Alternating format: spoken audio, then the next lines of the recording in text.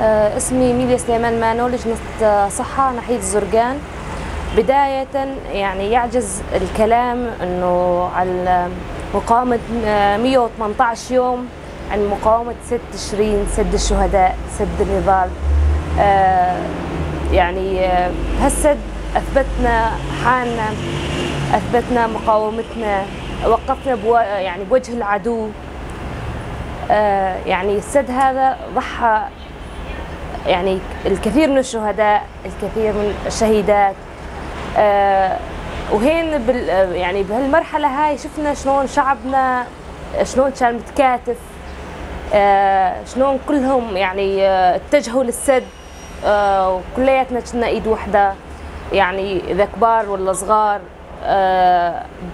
يعني حتى الاطفال وصلوا للسد، اللي ما يقدر يمشي، اللي ما يقدر يتحرك، يعني حتى شفتي يعني اذا الكل شاف في منهم على الكراسي راحوا. هذا كله يثبت انه نحن كنا ايد وحده، قلب واحد. نحن شعب يعني مناضل، يعني شعبنا اثبت حاله بهالمرحله. اليوم اذا كنا من كل المكونات، عرب، كرد، سريان، اشور، ارمن، كنا يعني ايد وحده، قلب واحد، جسد واحد. نحن قاعد نناضل لأمة ديمقراطية، هدفنا نكون شعوب متكاتفين، شعوب متكاتفين.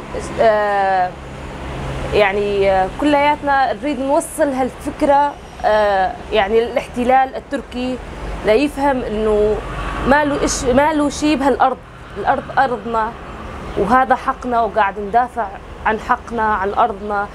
يعني باي صفة قاعد يعني يجي، يعني هاي نحن الشعب كله، يعني مو القضية هسه يجون، يعني هي مو قضية كرد وعرب، كلياتنا بإيد وحدة متكاتفين مع بعض. فكرنا نريد نوصلوا للدول اللي برا انه شلون كنا شعب مناضل متكاتفين، بجميع المكونات، بجميع الأمة. يعني احنا هين قاعد نكمل هالكفاح وهالشيء اللي نحن نريده، بدنا نوصل انه احنا أمة ديمقراطية، نكمل مسيرة فكر القائد آبو، الرسالة اللي يعني الفكر اللي هو يريده.